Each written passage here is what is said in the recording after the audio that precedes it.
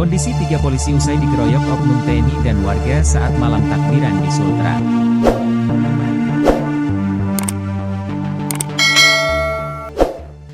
Terungkap kondisi tiga anggota polisi yang dikeroyok oknum TNI dan warga saat malam takbiran di Muna Barat, Sulawesi Tenggara, Sultra.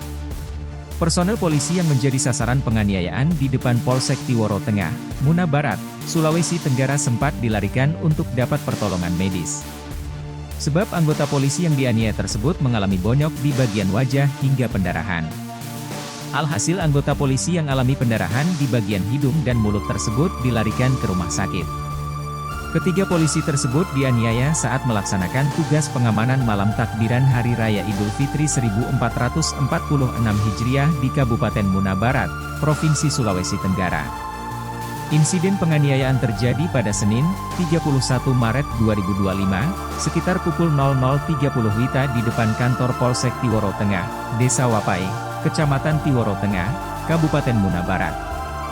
Kejadian bermula saat sejumlah warga kedapatan menggeber-geber sepeda motor di depan kantor Polsek Tiworo Tengah.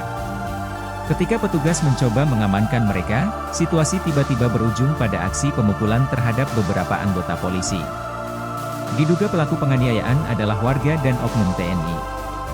Terkini 6 warga sipil jadi tersangka kasus penganiayaan 3 polisi tersebut dan 2 oknum TNI juga diamankan karena diduga terlibat.